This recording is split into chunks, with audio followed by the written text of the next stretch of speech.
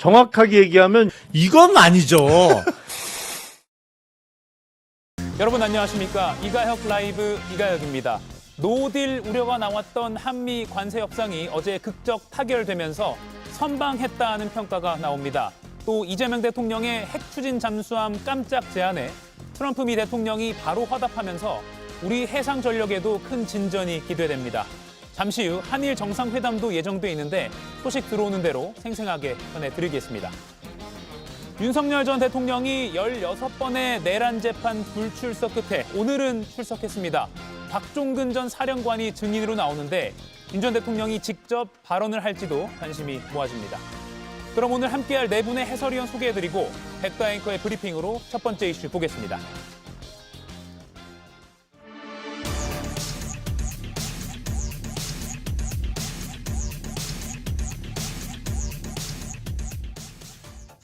어제 저녁에도 전망을 바뀌지는 않았고 당일날 우리로서 급진전됐다 이렇게. 석 달 넘게 이어지며 안개 속을 걷던 한미 관세 협상이 극적 타결됐습니다. 우리 정부가 국내 경제에 영향을 덜 미치는 방향으로 합의를 이끌어내면서 큰 고비를 넘겼는데요. 트럼프 대통령은 어려운 일이 있으면 아무 때나 연락하라고 언급할 정도로 친근함을 보여주셨습니다. 천년고도 경주에서 한미 양국 간 협력의 새로운 장을 열었다며 이재명 대통령도 소식을 전했습니다. 캐나다를 위해서 시간이 났습니다.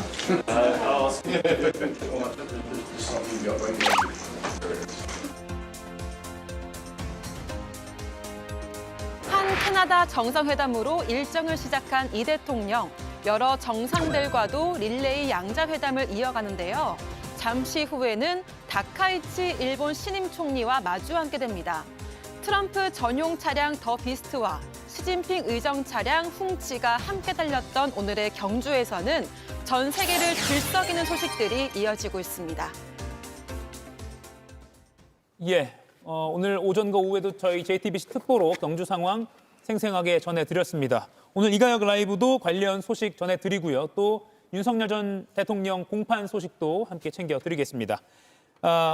오늘 아침 신문을 보니까 어제 저녁에 발표됐던 한미 관세 협상 타결 관련해서 대부분 긍정적인 평가가 많이 나왔습니다. 지금 보고 계시는 이런 제목들입니다. 이른바 보수 성향으로 분류되는 언론에서도 정부의 노력에 대해서 긍정적으로 평가하는 그런 분위기였습니다. 김유정 의원님, 네. 재계에서도 일단은 불확실성이 거쳤다라는 측면에서 굉장히 환영 메시지를 내더라고요. 예, 도대체 언제 타결이 될 것인가라는 그 안개 속을 헤매다가 예. 일단 안개가 거쳤다는 것만으로도 상당히 우리 경제에는 청신호가 켜진 거다라고 생각을 하고요.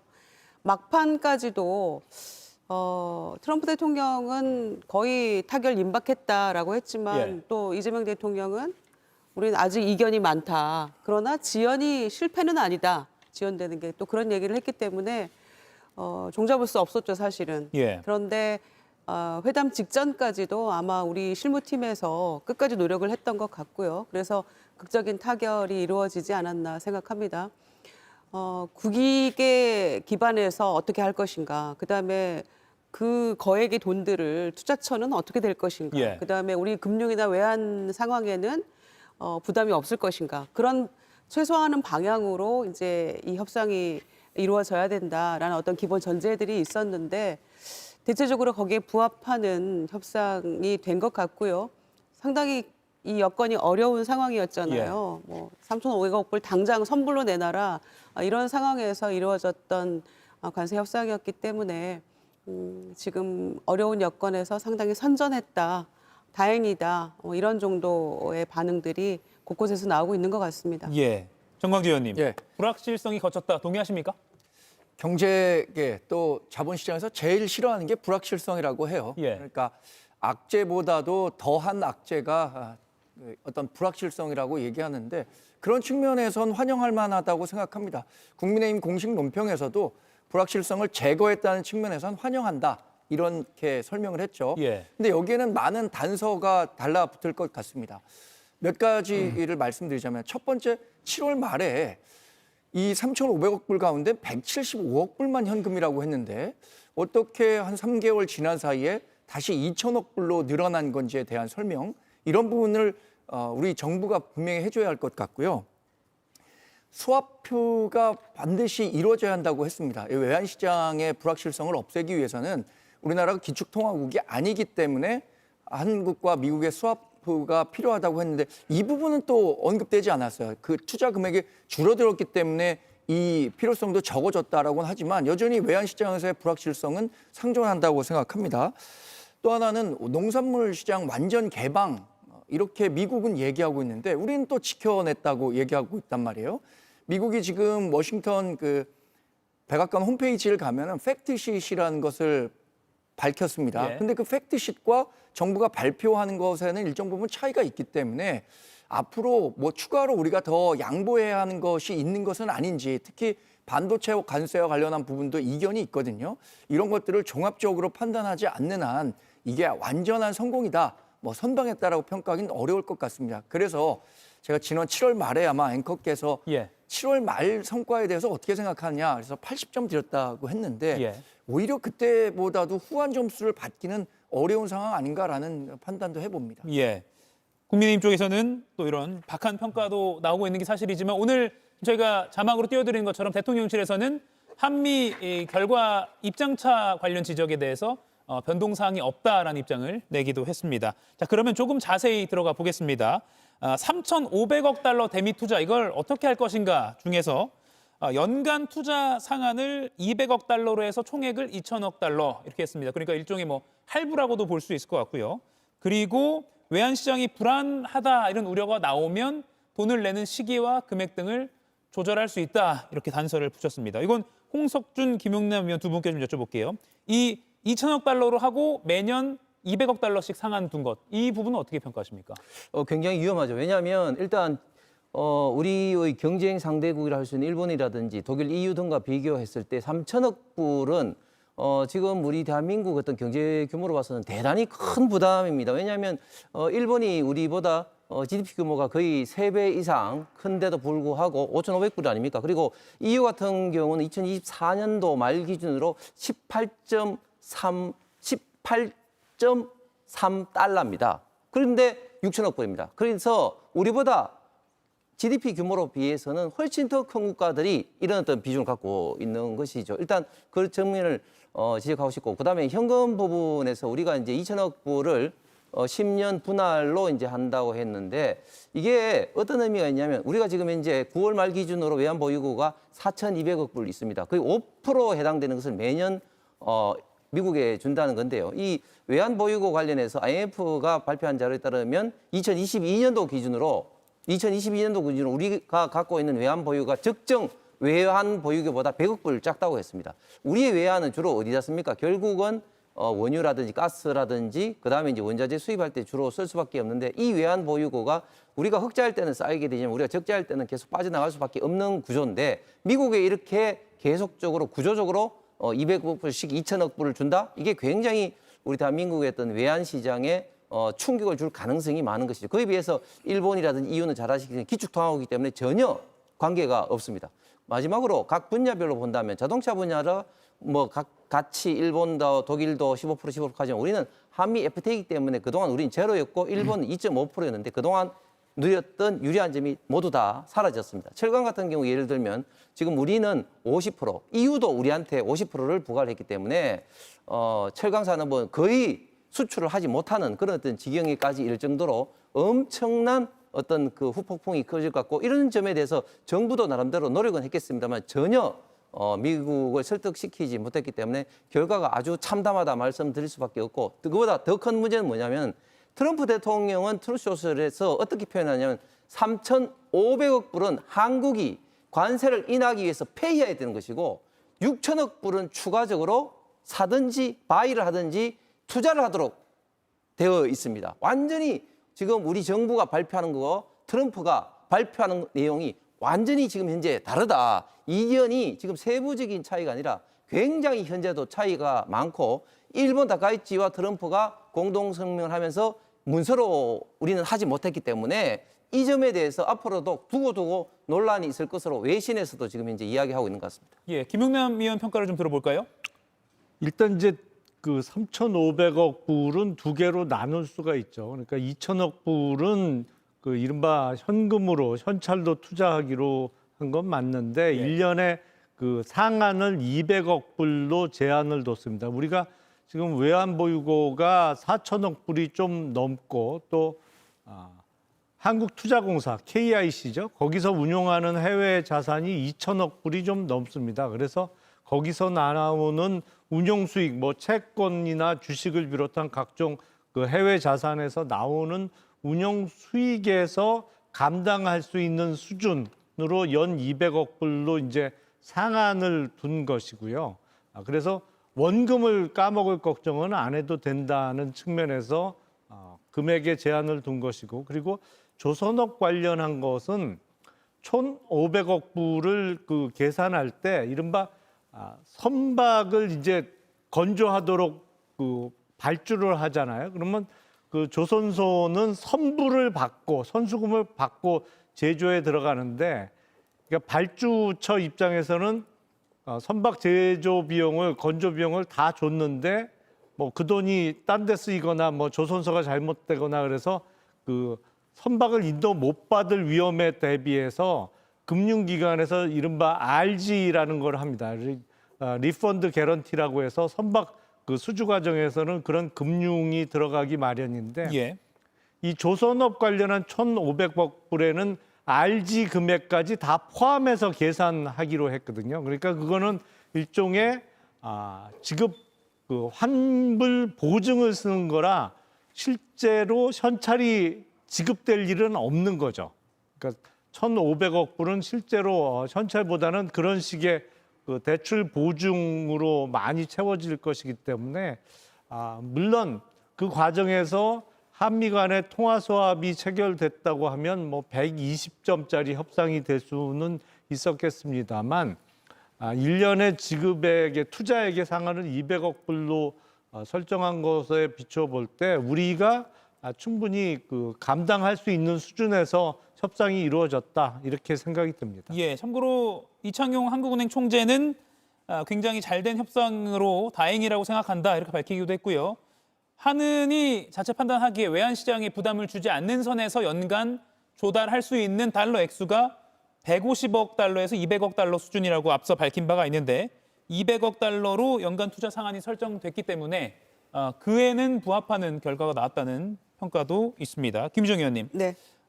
긍정, 부정, 뭐 협상이라는 게 뭐 양면이 다 있는 것이죠. 그리고 양국이 다 어느 정도는 뭐 손해를 보는 것도 있을 것이고요. 앞으로 남은 과제라고 할까요? 어떤 부분을 보완해 가면서 추진해야 된다. 어떤 부분이 있을까요? 예, 그러니까 국민의힘을 중심으로 상당히 혹평을 하고 있더라고요. 그런데 만약에 이번 에이펙 기간 동안에 관세 협상이 타결이 안 됐으면 뭐라고 했을까요?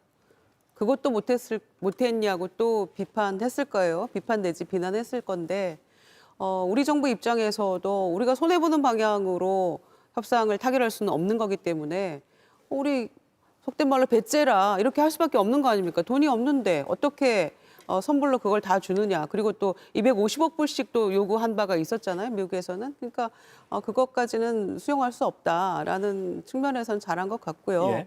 또 한 해 연간 200억 불, 그게 상한선이잖아요. 그러니까 우리의 상황이 녹록치 않으면 200억 아니고 그 밑으로 해도 상관없다라는 거 아닙니까? 그리고 기간은 조금 더 연장될 수 있겠습니다만은 이제 그런 점에서 이건 뭐 우리의 불가피한 선택이고 최선이었다라고 생각을 합니다. 그러나 그 원금 회수 전에 수익 예. 배분에서 이제 5대5 그건 좀 아쉬운 점이 있죠. 사실상 이것도 어떤 의미에서는 도둑심보 같은 거라고 볼 수 있는데 그래도 이 원금 상환에 대해서 안전장치를 많이 확보했다는 점에서는 다행스러운 일이라고 생각하고요.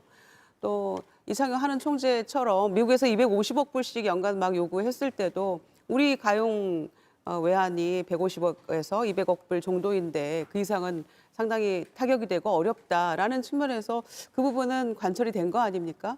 그래서 다행이라고 생각하고요. 이제 마지막은 최종 합의문을 작성할 때까지 예. 그거를 방심하지 말고 잘 지켜보는 것, 이제 그게 저희에게 남은 과제라고 생각을 합니다. 예, 지난 7월부터 한미 관세 협상이 이어져 왔습니다. 사실 어제 최종 합의가 나기 전까지도 대통령실도 그리고 많은 언론에서도 과연 어제 한미 정상이 만난다고 해서 타결이 될까라는 좀 구름 속, 안개 속 상황으로 전망을 하는 경우가 많았습니다. 그런데 어제 저녁에 급반전이 됐죠. 결국 타결이 됐습니다. 정강지 의원님. 예. 속도가 좀 붙었다고 해야 될까요? 아니면 뭐 막판에 어떤 탑다운 방식이 진행될 건가요? 그 배경을 뭐라고 보십니까? 여튼 뭐 지금 상황을 비유적으로 좀 말씀드리면 예. 대학생들이 MT가 갖고 다음 날 아침에 배가 굉장히 고픈데 밥 다 됐다 이렇게 뜸을 계속 들였단 말이에요. 아, 예. 7월 말에 했는데 지금 10월 말이니까 3개월 정도 됐습니다. 그게 그래서 밥이 됐다 안 됐다 이렇게 얘기를 하다 보니까 이제 밥 다 됐어 라는 얘기만 나오니까 와 정말 잘 됐나 보다 이렇게 판단을 하고 있는 것 같아요. 그래서 실제로 이 밥솥을 열어봤을 때 다 탄 밥인지 아직도 설익은 밥인지 이에 대한 판단이 필요하다는 생각이 들고요. 결국에는 김희정 의원님 말씀하신 것처럼 이번에도 만약에 에이펙 정상회담을 계기로 관세 협상이 타결되지 않았다라고 한다면 이재명 대통령이 갖게 되는 정치적인 타격이 훨씬 더 컸을 것이라고 생각합니다. 그러니까 그 시간에 쫓겨서 이번에는 꼭 어떤 협상 결과를 도출해 내야겠다라는 조바심이 작동했었던 건 아닌지에 대한 설명도 한번 들어봐야겠습니다. 또 하나는 이렇게 통상과 관련해서 중요한 것은 국회 비준사항으로 돼 있습니다. 그래서 국민의힘이 이번 관세 협상과 관련해서 정보 공개 청구를 했어요. 그렇다면 그 정보 공개 청구에 응해서 협상에 어떤 일이 있었는지에 대해서 국민께 소상히 설명할 수 있는 기회가 반드시 마련돼야 한다고 생각합니다. 예. 결국엔 지금 민주당이나 이재명 대통령은 잘된 결과만을 부각시키고 설명하고 있단 말이에요. 그렇다면 그 이면에 숨어 있는 것 분명히 있지 않겠습니까? 협상이라는 게 주고받는다는 그 성격이라면 그래서 우리가 내준 부분이 무엇이었는지에 대해서도 분명한 그 설명이 필요하다고 생각합니다. 예, 김영남 의원님. 네. 어제 트럼프 대통령이 김정관 산업부 장관을 직접 정관 킴 그러면서요. 뭐 터프 네고시에이터. 그러니까 굉장히 미국 입장에서는 정말 만만치 않은 상대였다 이렇게 오히려 칭찬을 해줬거든요. 이 메시지는 좀 어떻게 보십니까? 두 가지 그 뜻이 있는 거죠. 예. 한 번은 정말 카운터 파트너였지만 협상을 잘 했다라는 진짜 본래 칭찬의 목적이 있는 것이고 그 이면에 또 숨은 목적은 한국 측의 협상단이 협상을 아주 잘하고 끈질기게 그러니까 터프한 거친 협상가라고 했는데 그래서 미국과 내가 많이 양보해 줬다라는 의미까지 숨어 있는 거죠. 그러니까 예. 트럼프 대통령의 본인의 생색내기 목적도 좀 담겨 있는 것 같습니다. 두 가지 목적 다 있다고 보입니다. 예. 근데 트럼프 미국 대통령이 쓴 거래의 기술이라는 책에 보면요. 예. 상대방을 한껏 축혀 세우고 실리는 뒤로 챙겨라라는 대목이 나옵니다. 그러니까 지금 얘기하고 있는 것은 김정관 사업부 장관에 대해서 터프 니고시에이터 이렇게 얘기했지만 지금 중국에 대해서도 똑같은 얘기를 하고 있어요. 이건 저는 의례적인 말이었다고 생각합니다. 예, 의례적인 말이었다. 아니, 그럼에도 불구하고 이번에 타결이 될 것인가는 전적으로 트럼프 대통령 손에 달려 있었던 거잖아요. 우리 협상팀이 20몇 번의 어떤 이 미국과 만남을 통해서 예. 이 협상을 계속 회담을 해왔었는데 결국에는 러트닉 상무장관에게도 우리의 외환보유고 상황이나 우리 형편에 대해서 계속 설명을 했고 결국은 이해가 됐는데 나는 충분히 이해했지만 트럼프 대통령이 결국 어떻게 이거를 이해하고 받아들일지 모르겠다 이런 얘기를 했었잖아요.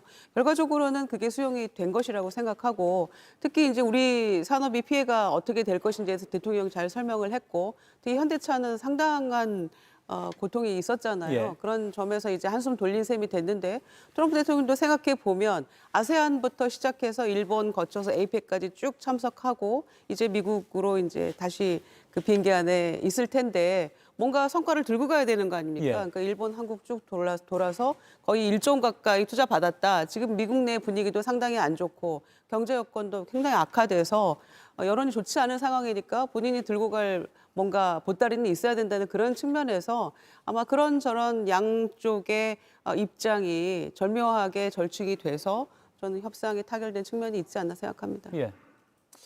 홍석준 의원님. 예, 저는 뭐 같은 공무원으로서 이런 이야기까지 하고 싶지 않은데 정말 무능한 공무원입니다. 무능한 공무원이 진짜 이 김정관, 김용범, 그다음에 지금 구인철 장관 등등이 지금 통상 전문가들이 아니에요. 그래서 사실은 우리가 시간 거슬러 올라가면 4월 25일 날 당시에 최상목 안덕건 장관이 베센트 재무부 장관과 USTR 대표 등등과 해서 4가지 항목에 합의를 봤습니다.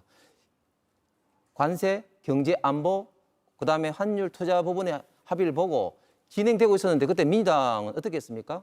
최상목 기재부 장관을 그냥 탄핵시켜 버렸어요. 왜 다음 정부에 했는데 지금 하고 있냐? 그때 제가 내용을 조금은 알고 있는데 그때보다 훨씬 더 지금 나쁜 내용으로 지금 가고 있고 특히 지금 굉장히 말이 지금 다릅니다. 제가 조금 전에 트럼프 대통령 어떤 트루스 소셜의 어떤 내용이 예. 우리 정부하고 완전히 다르다는 거 이야기도 했고 특히 러터니겨 장관 같은 경우도 완전히 이제 100% 한국 시장 개방했다. 뭐 이렇게 지금 이야기를 하고 있는데 우리는 지금 농산물이라든지 등등등 어떤 뭐 추가 개방 없다. 뭐 이렇게 했기 때문에 완전히 지금 아직까지 이야기가 다른 부분이 굉장히 좀 많이 있지 않습니까? 뭐 이런 상황에서 우리가 사실은 지금 이 결과물에 대해서 평가하기도 굉장히 좀 조심스럽습니다만은 그러나 최소한 2010년도 당시 한미 FTA 할 때 그때 좌파 정부가 좌파 그 진영에서 어떻게 했습니까? 되지도 않은 어떤 광우병인 가짜 뉴스를 가지고 그렇게 어떤 성과물을 뭐 선전선동했는데 지금 저희들이 이렇게 그 비판적 시각으로 보는 것은 좀 더 투명하게 객관적으로 좀 정보를 제공하고 지금 현재 제공된 정보로도 최소한 우리의 경쟁국인 일본, 독일에 비해서 우리가 유리하지 않다, 불리하다. 더 큰 문제는 뭐냐면 지금 정부가 7월 말에 했을 때 어떤 이야기를 했습니까? 그때는 현금 투자가 뭐 5%밖에 되지 않는다. 그다음에 수익은 다 재투자다. 이렇게 했는데 저희가 이 시간에도 미국하고 이야기 다르다. 이 수익은 미국이 가져간다 한다 하는 것에 대해서 그렇지 않다고 정부가 계속 이야기했잖아요. 여기에 대해서 거짓말로 드러난 이런 부분에 대해서는 한마디 사과도 없이 또 어물쩍 지금 넘어가고 있습니다. 그래서 이 평가가 조금 있다가 이제 다시 나오겠지만 현재 상태에서는 아직까지도 미국하고 우리 대한민국의 입장 차이가 굉장히 지금 큰 상황이 있는 것 같습니다. 강하게 비판하셨는데 김용남 의원님. 그러니까 이번 협상의 어려움에 대해서 좀 말씀을 드리면 사실은 지금 미국의 그 상황은 우리가 알던 과거의 미국하고는 전혀 다릅니다. 그러니까 미국을 비롯한 서양 문화권에서는 뭐 가능한 한 모든 것을 가능한 빨리 문서화하는 게 원래 그 사람들의 그 관습이죠. 근데 지금 미국은 그렇지 않거든요. 이 트럼프 행정부 들어서는 그러다 보니까 계속 말로 주고받으면서 그 대부분의 일이 끝나고 물론 이제 한참 후에 문서화 작업은 되겠습니다만 그러다 보니까 그 어려움이 하나 있고 그거보다 더 큰 어려움의 근본적인 원인은 완전히 이번 협상을 바라보는 양쪽의 시각이 틀려요. 그러니까 우리는 우리가 미국에 그동안 수출해서 번 대미 무역 흑자가 우리가 열심히 해서 번 우리 돈이죠. 근데 미국은 전혀 그렇게 생각하지 않는 것 같아요. 그러니까 그동안 우리를 상대로 돈 많이 벌었으니 이번 기회에 목돈을 한번 내놔라. 지금 트럼프 대통령이 우리나라뿐만 아니라 뭐 일본, EU 등 다른 나라를 상대로 해서 관세 협상을 하는 기본적인 태도는 그거거든요. 그동안 미국이 너희 물건 많이 사줘서 우리 돈 많이 너희들이 가져갔으니 그중에 상당 부분을 이번 기회에 내놔라 이런 거예요. 그러니까 기본적으로 이번 협상 내용이 어떤 개인 간의 거래라든지 아니면 기업 대 기업의 거래라면 이런 거래는 성사될 수 없는 거죠. 근데 기본적으로 미국은 이걸 자기네 돈이라고 생각을 하고 내놔라. 근데 그게 상대방이 뭐 다른 나라 같으면 모르겠습니다만 세계 초강대국이고 뭐 사실 좀 쉬운 표현으로 괴롭히려면 얼마든지 많은 수단을 갖고 있다 보니 응할 수밖에 없는 상황에서 이 정도 결과물을 도출해낸 것은 정말 최선의 결과에 가깝다라는 생각이 듭니다. 애초에 뭐 빼앗으려는 자를 상대로 하는 협상이다 이런 어려움을 표현하는 그런 분석도 있는데 그런 점에서 보면 또 평가가 가능할 것 같습니다. 자, 관세 협상 관련해서는 여기까지 하고요. 잠시 후에 최종건 전 외교부 1차관과도 이야기를 더 깊이 나눠보겠습니다. 자, 그러면 관세 협상 못지않게 어제 한미 확대 오찬 회담 모두 발언에서요. 이재명 대통령이 핵 추진 잠수함 연료 공급을 언급했습니다. 다소 예상 밖이었는데 한번 들어보시죠. 핵 추진 잠수함의 연료를 우리가 공급받을 수 있도록 대통령께서 결단을 좀 해주시면 좋겠습니다. 우리가 핵무기를 적재한 잠수함을 만들겠다는 게 아니고 디젤 잠수함이 잠항 능력이 떨어지기 때문에 북한이나 아니면 중국 쪽 이 잠수함들 추적 활동에 제한이 있습니다. 연료 공급을 허용을 해주시면 미군의 부담도 상당히 많이 줄어들 수 있을 것이다라는 생각이 듭니다. 예, 그리고 오늘 아침에 트럼프 미 대통령이 핵 추진 잠수함 건조를 승인한다라고 자신의 소셜미디어에 올렸습니다. 정광재 의원님, 우리 국방 차원에서는 진전된 어떤 성과가 있었다 이렇게 볼 수 있을까요? 사실 저는 그 관세 협상 타결보다 이 사안에 놀랐습니다. 개인적으로 평가할 때 이재명 대통령이 대통령다움의 모습을 보여줬다라고 생각합니다. 예. 지금 이것은 우리 그 해군력 강화를 위해서 그동안 역대 정부에서도 추진이 됐었던 거예요.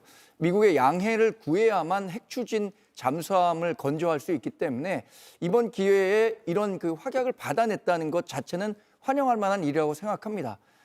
그런데 이게 호주도 오커스의 회원국으로서 핵 잠수함을 그 지원하겠다. 예. 미국이 약속했지만 이게 실제 이루어지지 않고 있습니다. 미국이 여전히 자기네들도 지금 해군력 증강에 어려움을 겪고 있기 때문에 호주까지 지원할 만한 형편이 못 된다는 이유로 아직 현실화되지 않고 있어요.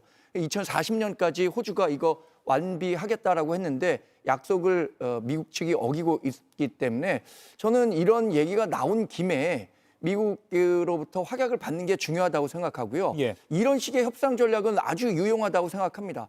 결국 우리에게도 도움이 되고 미국에게도 전략적 가치에서 도움이 될 수 있다라는 측면을 강조한다면 미국의 적극적인 협조를 이끌어낼 수 있다고 생각이 들거든요. 예. 이번 관세 협상에서도 저는 그 이재명 대통령이 미국 측에 한국이 미국과 어떤 식의 그 경제적 협력 관계를 통해서 미국에도 도움이 될 수 있다. 이 점을 더 적극적으로 트럼프 미국 대통령은 물론이고 미국 정치권에 설득할 수 있었다면 더 좋은 결과를 만들어낼 수도 있었다고 생각하기 때문에 아까 말씀드렸던 것처럼 이번 관세 협상에 대해서 조금 박한 평가를 드린 거고 이런 식의 안보 협력 전 잘했다고 평가합니다. 예, 김용남 의원님, 바로 오늘 아침에 트럼프 대통령이 반응을 보였어요.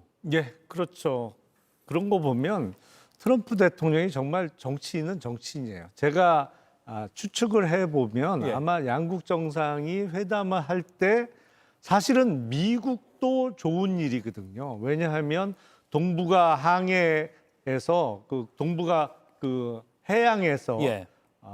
중국의 해군력 증강에 대해서 이걸 견제하기 위한 미국이 이제 여의치 않은 점이 있습니다. 왜냐하면 미국은 전 세계 모든 해양을 커버를 해야 되는데 중국은 딱 자기네 앞바다인 동북아 여기만 집중하면 되거든요. 예. 그런데 우리가 핵 추진 잠수함을 보유하게 되면 아무래도 미군의 어떤 그 군사 작전상의 부담을 좀 상당 부분은 덜어줄 수 있는 측면이 있는 것이죠. 그래서 미국과 우리 모두 윈윈하는 결론인데 보면 정상회담 할 때 바로 오케이를 안 하고 오늘 그러니까 우리 시간으로 아침에 예. 그게 딱 보면 미국의 저녁 프라임 뉴스 타임에 그 뉴스가 나온 거예요. 그러니까 트럼프 대통령이 또 한미 간의 외교와 관련해서 그 저녁 미국의 주요 뉴스를 또 점유할 수 있는 또 한 번의 기회를 갖게 된 것이죠. 예. 그래서 저는 아마 내심으로는 정상회담 그 자리에서 승인하고 싶은 마음을 갖고 있었는데 조금 몇 시간 미뤄서 발표한 것이 아닌가 싶습니다. 예. 이 핵 추진 잠수함이라는 게 군사적으로는 게임 체인저라고 불립니다.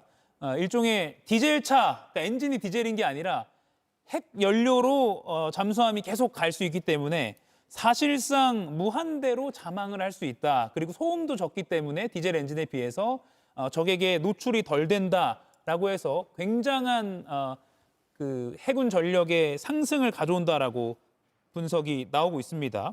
그런데 이 한미 정상회담 성과 중에 하나로 꼽히는 핵 추진 잠수함 부분을 오늘 국민의힘 지도부가 좀 박하게 평가한 게 있었습니다. 그리고 국민의힘 내부에서 좀 엇갈리는 반응이 나왔습니다. 들어보시죠. 자길 이루어졌던 3,500억 달러 한미 딜. 겉으로는 국익 외교, 실상은 탄핵감, 굴종 외교입니다. 핵 추진 잠수함 역시 성과로 볼 수 없습니다. 꼼수에 불과할 수 있습니다. 많은 국민들이 느끼셨을 마음은 다행이라는 마음일 것이라고 생각합니다. 특히 국민의힘의 정책을 적극적으로 받아들인 부분에 있어서는 높게 평가해주고 싶습니다.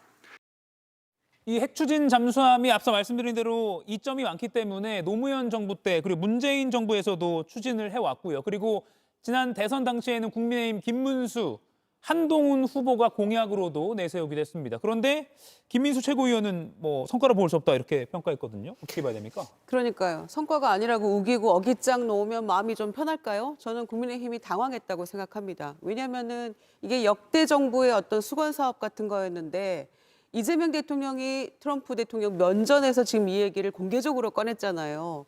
그런 점에서 보수 지지층에서도 상당히 소구력 있는 그런 성과였기 때문에 저는 국민의힘이 어떤 공식적인 입장도 못 내고 있고 당황해서 지금 이 얘기 저 얘기 하는 거라고 생각을 합니다.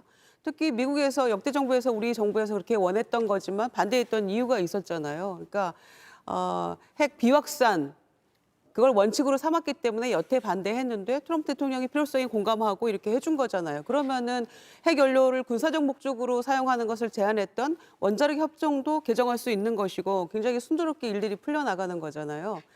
대통령이 그때 어제 뭐라고 설명을 했냐면 우리가 뭔가 오해가 있는 것 같은데 핵무기를 싣고 이게 아니고 우리 재래식 무기를 핵연료 추진 원료가 탑재된 핵 추진 잠수함에 탑재하고 우리 해상을 방어하는데 사용하는데 디젤 연료로는 조금 부족함이 있으니까 이걸 승인해 달라 이제 이런 거였잖아요. 그러니까 아마 제가 생각하기에는 국민의힘 쪽에서 이 얘기가 나올 거라는 저희도 놀랐지만 더 놀란 쪽이 아마 국민의힘이었기 때문에 상당히 당황했다.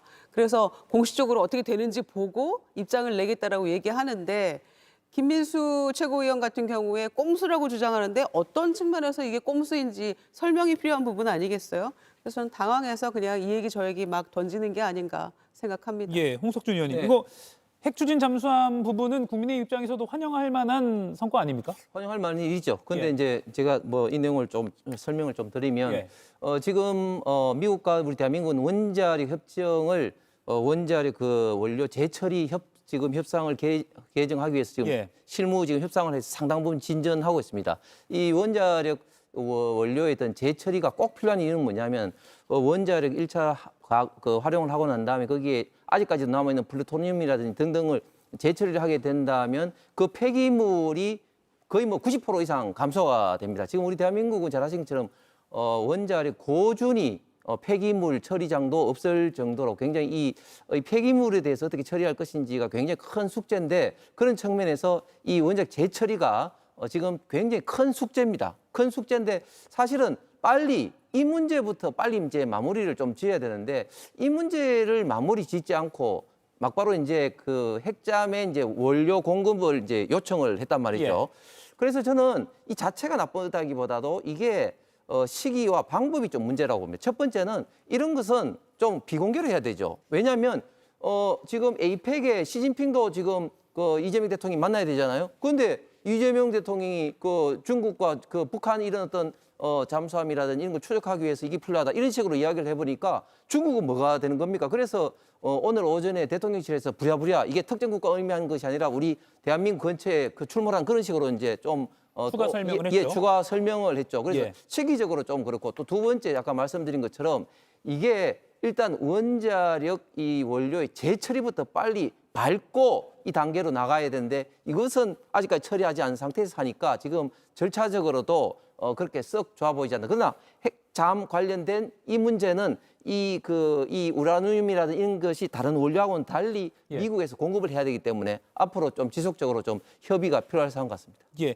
핵 핵추진 잠수함을 기화로 해서 오히려 한미 원자력 협정의 속도를 좀 낼 수도 있다. 이런 분석도 있기 때문에 그렇죠. 순서가 좀 엇갈려도 그런 긍정적인 평가가 또 가능하다는 점도 함께 말씀을 드립니다. 정광재 의원님. 짧게만 말씀드리면 예. 이렇게 핵추진 잠수함은 되고 왜 원전은 안 되는 거죠? 이번 정부의 그 전력 정책과 관련한 내용을 보면 신재생 에너지 부문으로 가는 거 환영합니다. 그런데 그 기저 전력으로 활용할 수 있는 전력을 만들기 위해서는 SMR과 같은 원전을 적극적으로 활용하는 방향으로의 전환이 필요하다고 생각하는데 지상에서의 이 원전은 안 되고 핵추진 잠수함은 시급히 도입해야 한다는 게 일종의 좀 어폐가 있어서 그 문제 제기만 좀 드립니다. 예. 조금 오해가 있으신 것 같은데, 그러니까 이재명 정부가 원자력 발전과 관련해서 그 대형 원전을 짓는 데는 아무리 빨라도 10년에서 15년이 걸리기 때문에 앞으로 이제 대형 원전 건설을 위해서 그동안은 이제 신재생 에너지에 집중하겠다는 것이고, 이른바 소형 원자력 발전, 그러니까 SMR과 관련해서는 SMR을 안 한다라고 밝힌 적이 한 번도 없어요. 그러니까 소형 원자력을 이용한 발전에 대해서는 이재명 정부가 열려 있는 자세라는 말씀을 드리겠습니다. 네. 그리고요, 김남준 대통령실 대변인이 어제 한미 회담 관련한 뒷이야기를 전한 게 있는데요. 이 영상이 짧게 준비되어 있습니다. 보시죠. 그 핵 잠수함 이슈로 언급한 점을 두고도 대단하다 이렇게 강조를 하기도 했고요. 다른 정상들과 있는 가운데서 관세 협상을 제일 잘한 리더이자 국가 이런 표현을 쓰기도 했다고 합니다. 별도로 외교부가 미국에 전달을 할 예정이었는데 트럼프 대통령이 에어포스원에 직접 싣고 가겠다라고 해서 그렇게 가능한지 급히 우리 측에 요청을 하기도 했습니다. 오벌 오피스 내에 어디 둘지도 이미 정해놨다는 얘기도 있습니다. 어제 한미 정상회담 끝나고 대통령께서 하신 말씀 중에 국력을 좀 키워야겠다 이런 이야기를 하셨고요. 예, 미국 측에서 우리가 외교부를 통해서 전달을 하려고 했는데 미국으로 보내려고 했는데 바로 에어포스원에 태워서 가겠다라고 한 거는 바로 그 금관 모형입니다. 그 선물이 마음에 너무 들어서 우리가 바로 실어 가겠다. 그리고 오벌 오피스 내에 아마 트럼프 박물관처럼 이렇게 해놓은 그곳에 제일 잘 보이는 데 놓겠다라고 했다는 그런 언론 보도도 있었습니다. 지금 이 부분은 어제 영상으로는 공개가 안 됐는데 이른바 트럼프 굿즈, 트럼프 미 대통령 관련한 상품을 이렇게 어제 회담장 쪽에 모아놓은 것이고요. 또 무궁화 대훈장 그리고 금관 모양도 보입니다. 김영남 의원님 짧게 김영남 의원님과 좀 여쭐게요. 의전 어떻게 보십니까? 아니, 저거는 트럼프 대통령의 취향을 제대로 이제 맞춰준 거죠. 예. 트럼프 대통령은 정말 황금을 좋아합니다. 그 미국 뉴욕 맨하탄에 가면 트럼프 대통령이 이제 사업가일 때 일종의 부동산 시행을 한 트럼프 타워라는 고층 빌딩이 있죠. 그 맨 위에 펜트하우스에 트럼프 대통령의 사저도 있습니다만 그 트럼프 타워 로비에 들어가면 온통 황금으로 황금빛으로 장식되어 있어요. 가보셨어요? 네, 가봤죠. 예. 뭐 기둥을 농담입니다. 비롯해서 벽면이고 뭐고 황금색이에요. 그러니까 예. 기본적으로 황금을 너무너무 좋아하는 분이에요. 그런데 금관을 선물했잖아요. 그리고 무궁화 대훈장, 금관은 물론 순금은 아닙니다만 무궁화 대훈장에는 순금 190돈 정도가 들어가요. 예. 그러니까 실제로 금이 700g 이상 들어가요. 그러니까 트럼프 대통령이 좋아할 만하죠. 그러니까 예. 당장 이거 내가 미국 귀국하는 비행기에 싣고 내가 직접 가져가겠다고 나올 만한 거죠. 예. 홍 의원님? 아니 그 황금을 좋아하고 또 뭐 그렇기 때문에 하는 것은 너무 좀 트럼프를 좀 비하하는 거 같고 트럼프가 세계 최고의 부호 중에 한 명인데 꼴랑 뭐 저 정도 가지고 그 감동하겠습니까? 저는 금관에는 참 잘 선정했다고 보는 게 저도 공무원 시절에 저 금관 뭐 물론 뭐 저보다는 조금 가격이 싼 금관이지만 예. 금관을 선물로 많이 줬는데 금관을 주면 싫어할 사람 아무도 없습니다. 뭐 왕 같은 이런 데다 거기다가 또 우리 선조들인 신라인들의 정말 금 세공 기술에 어떻게 보면 좀 정수를 볼 수 있는 건데 제가 조금 아딱하게 생각하는 거는 우리가 일본하고 외교를 비교하면 좀 디테일이 약합니다. 예를 들면 이렇게 금관을 하는 김에 저렇게 하는 것이 아니라 예를 들면 신라인의 어떤 그 왕실 복장까지 딱 입혀가지고 이렇게 뭐 쓰는 퍼포먼스라든지 왜냐하면 트럼프가 로열 패밀리를 굉장히 좋아해요. 영국에서도 그렇고 일본에서도 그렇고 그런 면을 조금 더 신경을 썼으면 어땠을까 하는 좀 아쉬움도 아니 있습니다. 그거는 외교상 결례 아닌가요? 이게 우리나라를 국빈 방문한 대통령을 향해서 우리도 안 입는 신라식 그 복장을 입혀서 거기다가 왕관을 씌워준다는 건 상상하기가 좀 어렵고 일본은 이번에 그 방일한 트럼프 대통령한테 아베 전 총리가 사용하던 골프 퍼터를 선물했죠. 예. 근데 아베 전 총리가 유명한 골프 선수도 아니었고 사실 골프 잘 못 치는 동영상을 우리가 과거에 봤잖아요. 예. 그러니까 트럼프 대통령 개인 입장에서는 아베 전 총리가 쓰던 골프 퍼터보다는 우리가 준 저 선물이 훨씬 와닿았을 것 같습니다. 예. 이 토론 더 재밌어서 하고 싶은데 시간이 없습니다. 네. 트럼프가 아, 상상 또 이어가나요? 이상의 예. 그 의전을 받았다라고 예. 생각을 할 수 있을 정도의 의전 한다면 홍 의원님이 얘기하신 그것도 충분히 얘기할 수 있는 거죠. 예. 과거에 정청래 그 민주당 대표도 저 왕관 뒤에서 찍은 사진이 화제가 되지도 않았습니까? 예. 알겠습니다. 이런 좀 재밌는 토론 계속 하고 싶은데요. 시간이 없어서 오늘 경주에 국내 취재진뿐만 아니라 온 세계 언론에 관심이 쏟아지는 일이 있었습니다. 정확히 말씀드리면 경주 옆에 김해공항입니다. 트럼프 미 대통령은 출국 직전에 그리고 시진핑 중국 주석은 도착하자마자 김해공항 나래마루에서요. 미중 정상이 만났습니다. 보시죠.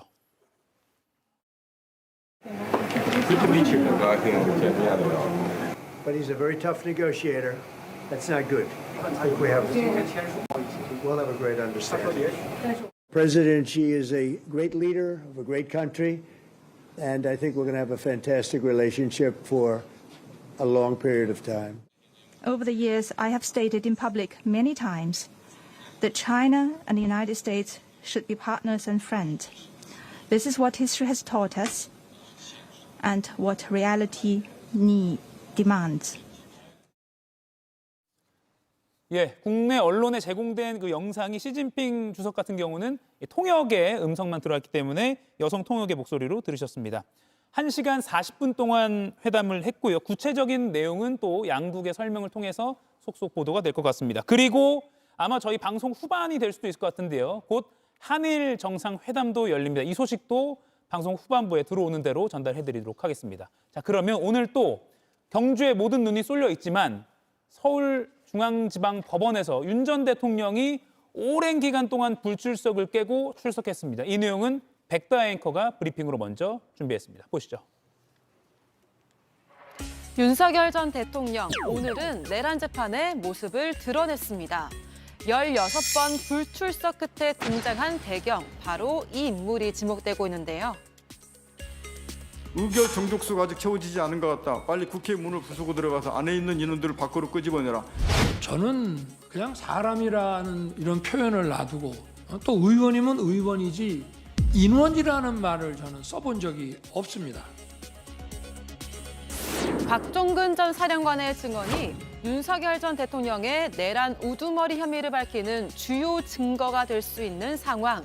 일관되고 구체적인 그의 진술이 윤 전 대통령의 내란죄 구성 요건으로 인정받을 수 있을지 주목됩니다.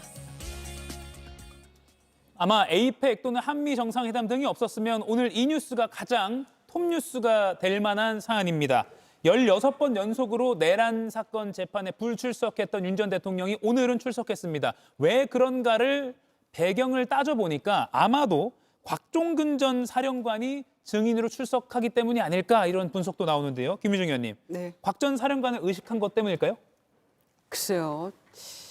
윤석열 전 대통령의 의중을 누가 알겠습니까? 무슨 논리적으로 이유가 있겠습니까? 본인 나가고 싶으면 나가고 말고 싶으면 말면 많은 그런 행태를 여태 보여왔기 때문에 뭔가 해석을 한다는 것조차도 의미가 없다라는 생각이 듭니다. 다만 공교롭게 오늘 곽종근 전 사령관이 증인으로 나오기 때문에 헌재에서 보였던 것처럼 뭔가 그 대질신문 혹은 한판 승부를 벌여보려고 나가는 것인가? 뭐 이런 추측은 가능합니다만 그 마음은 누구도 알 수는 없겠죠. 다만 우리가 생각하듯이 저 아까 영상에서 보셨듯이 뭐 의원이 아니라 인원을 끄집어내라고 했다라는 각종근 사령관의 이야기, 예. 인원이란 말 쓴 적이 없다라고 해놓고 본인이 그 자리에서 조금 있다가 사용을 했었잖아요. 그러니까 직전에 한 얘기조차도 정당성을 확보하지 못하는 저런 모습을 보면서 우리가 그때 제3, 제4 실망하고 분노했던 기억이 나는데요.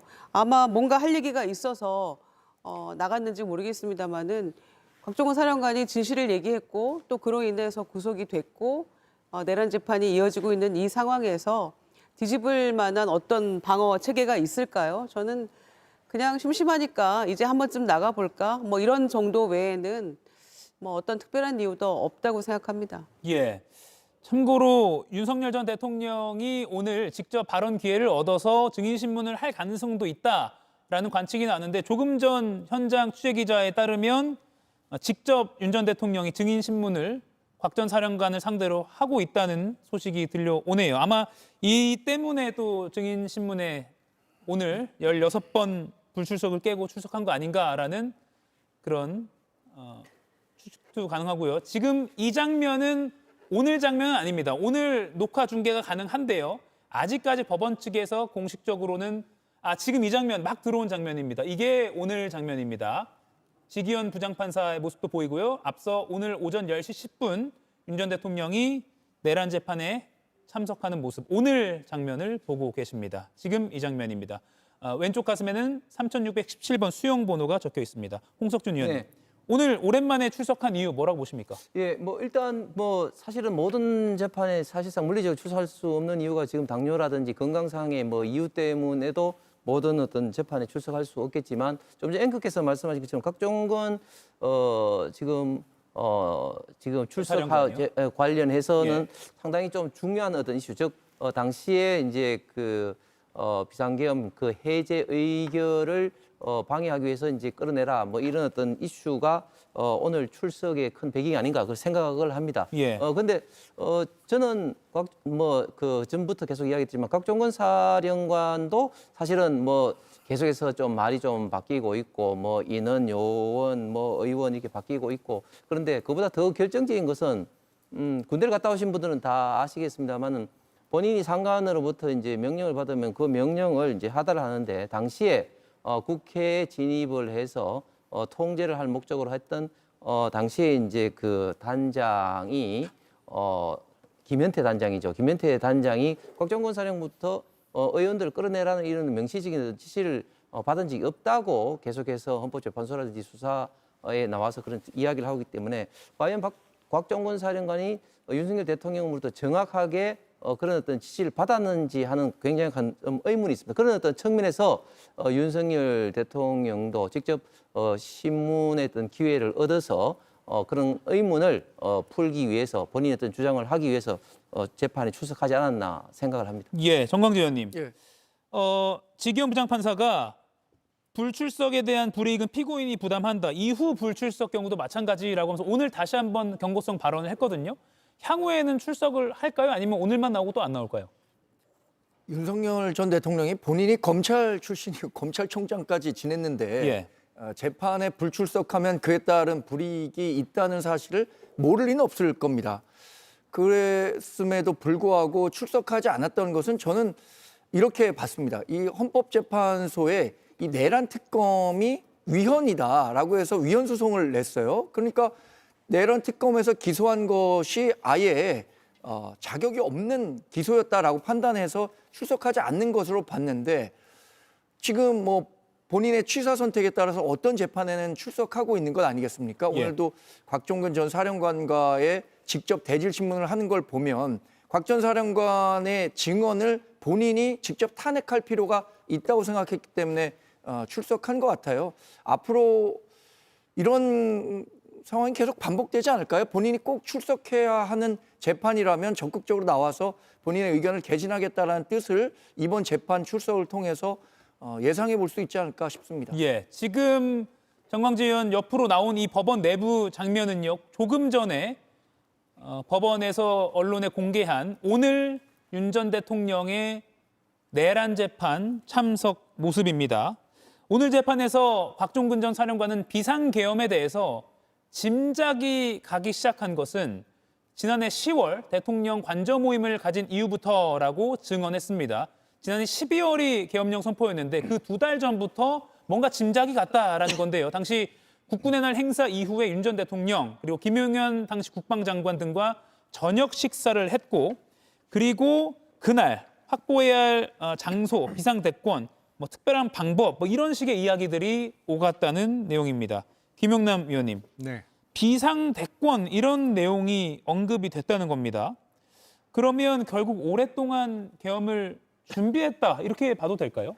그렇죠. 사실은 뭐 비상대권이라는 표현은 정확한 용어는 아닙니다. 예. 이제 아마도 대통령의 비상계엄 선포권을 비상대권이라고 표현한 것 같은데 예. 이게 그 우리나라 이제 헌법 교과서가 있잖아요. 예. 그 헌법 교과서에 비상대권이라는 표현은 유신 때하고 50 때까지는 교과서에도 드물게 가끔 쓰이던 표현이에요. 아, 예. 근데 1987년도 이제 개헌 이후에는 비상대권이라는 표현은 등장하지 않습니다. 헌법 교과서에도. 근데 아마 1979년도에 대학에 입학했으니까 아마 70년대 후반이나 80년대 초반에 헌법 교과서를 본 게 기억의 전부이기 때문에 저런 아주 오래전에 없어진 표현을 쓴 것 같은데 이게 보면 그 상당히 시대착오적인 그 사고를 갖고 있는 것이 또 한 번 확인이 돼요. 그러니까 마치 유신 때나 50 때의 대통령의 지위를 본인이 지금 대통령직을 하고 있으면서 좀 착각을 한 거 아니냐. 예. 물론 그때도 비상계엄 선포 사유에는 해당이 안 됩니다. 작년 12월 3일에는. 근데 대통령이 어떤 그런 거를 그 선포를 하더라도 별탈 없이 이행이 되고 지나갈 거라고 이제 의회 권력을 비롯한 모든 국가 권력을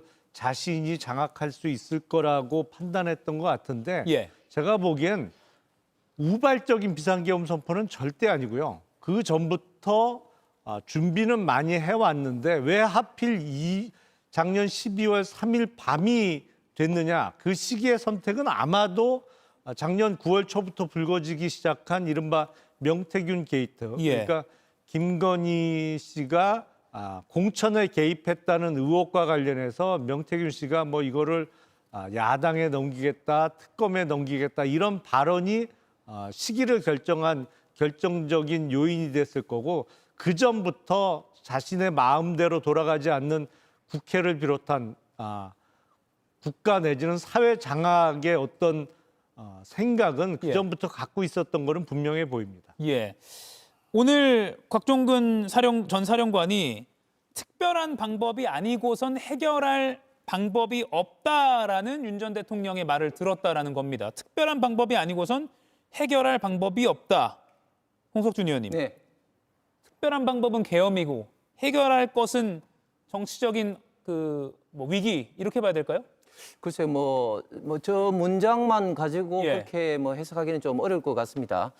그런데 조금 전에 김영남 의원이 비상계엄 시기를 12월 3일 날 선택한 것이 명태균 어떤 개입 그리고 이제 김건희 여사를 이야기했는데 그것은 조금 말이 안 되는 게 지금 김건희 여사 관련된 특검에서 가장 중요하게 봤던 게 이런 공천 개입 관련된 것인데 지금까지 공천 개입 관련해서 기소를 지금 한 건도 지금 못하고 있습니다. 그래서 그건 사실 아닌 것 같고 저는 굳이 내용을 따지자면 계속해서 29번이나 민주당에서 장관 심지어 감사원장이나 탄핵을 하고 특히 사상 최초로 본 예산에 대해서 수정 예산을 국회에서 단독으로 함으로써 사실상 행정부가 마비되는 그런 사항을 보고 그런 비상계엄을 시기를 그렇게 선정하지 않았나 그렇게 이제 생각을 하는데 11월 9일 날 저 모임에서 구체적인 비상계엄이라든지 방법까지 과연 생각하면서 저렇게 이야기했을까? 만약에 그렇게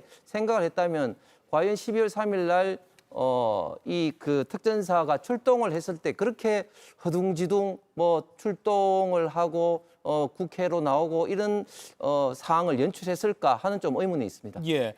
곽 전 사령관은 사실 지난 2월 6일에 탄핵 심판 때도 관련된 내용을 일관되게 진술하기도 했습니다.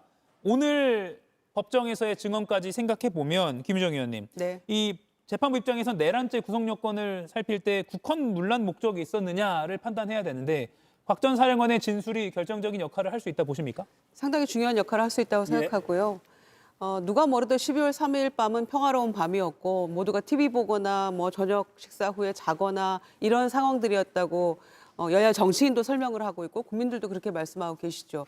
전시 사변 그에 준하는 국가 비상사태가 아니었기 때문에 불법 계엄은 명백한 것인데 이어서 국회 침탈하고 의원들 끌어내라고 했던 점, 그게 곽종근 전 사령관의 진술이 굉장히 주요하게 작동할 것이고요. 예. 거기에 하나 추가한다면 중앙선관위에 군인 보낸 건 나다라고 인정을 했어요. 본인이 예. 헌재에서. 그 두 가지가 헌법기관 침탈이라는 측면에서 이건 분명히 내란죄 구성 요건에 해당이 되기 때문에 저는 그 한 축을 곽종근 전 사령관이 아주 넉넉하게 담당하고 있다고 생각합니다. 예, 정광재는 어떻게 보세요? 결과적으로는 곽종근 전 사령관이 증언했었던 것, 그러니까 계엄을 선포한 것은 대통령의 권한이지만 그 계엄을 해제하는 것은 국회만 할 수 있거든요. 그러니까 국회의 권능을 침탈하려고 했던 것, 이런 부분이 결국에는 계엄 선포와 관련해서 가장 법적 쟁점이 되겠죠. 관련해서 윤석열 전 대통령과 곽종근 전 사령관의 진술이 엇갈리는 것, 그리고 또 이번에 윤석열 전 대통령이 굳이 재판에 참석하려고 했었던 것도 그것과 관련해서 재판부 앞에서, 그러니까 지기현 판사 앞에서 누가 진실한 얘기를 하고 있는 건지에 대해서 평가를 받으려고 하는 것 같은데, 그 부분에 대해서 뭐 제가 섣불리 말씀드리긴 어렵겠습니다만 재판부가 현명한 판단할 거라고 기대해 봅니다. 예, 홍석준 의원님. 윤 전 대통령이 직접 나왔다는 건, 그리고 지금 취재 기자에 따르면 오늘 서류 봉투를 들고 나왔다는 거거든요. 뭔가 곽 전 사령관의 주장을 반박하려 했다, 뭐 단단히 좀 준비했다, 이렇게 봐도 될까요? 그렇죠. 아무래도 좀 그 기억이 조금 좀 가물가물한 그런 것에 대해서는 좀 서류를 보면서 일일이 이제 곽종근 전 사령관의 어떤 그 말을 이제 부정하거나 탄핵하기 위해서 이제 서류까지 이제 준비한 것 같고, 그리고 사실 곽종근 사령관이 지금까지도 보면은 굉장히 말이 좀 달라졌습니다. 처음에 이야기를 이제 김병주 의원 유튜브에 나왔을 때 이야기했을 때와 또 그 이후에 헌법재판소에 나와서 이야기했을 때도 계속해서 말이 좀 달라지고 있고, 그리고 제가 좀 전에 말씀드린 것처럼 본인의 가장 그 직속 부하였고 국회에 직접 그 들어갔던 김현태 단장의 또 이야기도 이제 다르고, 그렇기 때문에 굉장히 곽종근 사령관도 이야기가 좀 다르기 때문에 그런 어떤 부분에 대해서 윤석열 전 대통령이 법률가 입장에서 곽종근 사령관의 좀 말의 신빙성을 좀 부정하고 그렇지 않다는 것을 법정에서 좀 자신 있게 이야기하기 위해서 출석을 하지 않았나 생각합니다. 예, 김영남 의원께 마지막 질문 드릴게요. 곽종근 전 사령관이 이렇게 지금 증인석에 앉아서 증언하는 모습, 오늘 장면입니다. 조금 전 법정 장면이고요. 지금 계속 진행되고 있습니다. 곽 전 사령관의 증언이 뭔가 이 특검 입장에서도 그리고 재판부의 어떤 결정에 어떤 뭐랄까요, 분수령 결정적인 요인 충분히 될 수 있다고 보십니까? 분수령까지는 아닌 것 같고요. 예. 뭐 사실은 곽종근 전 사령관의 증언이 없더라도 다른 무수한 증거들에 의해서 예. 내란 수괴 혐의는 충분히 입증이 가능하다고 생각됩니다만 예. 뭐 직접적인 증거 중에 하나인 것은 틀림없는 것이죠. 곽종근 전 특전사령관이 직접 당시 윤석열 대통령으로부터 전달받은 명령의 내용은 다시 한번 다른 증거들과 합쳐져서 내란 수괴 혐의를 확실하게 입증하는 직접적인 증거인 거는 틀림없어 보입니다. 예, 알겠습니다. 오늘 계속 이어지고 있는데 관련 소식은 내일도 이 시간에 자세히 정리해서 전해드리도록 하겠습니다. 네 분과의 토론은 여기서 마무리하겠습니다. 고맙습니다.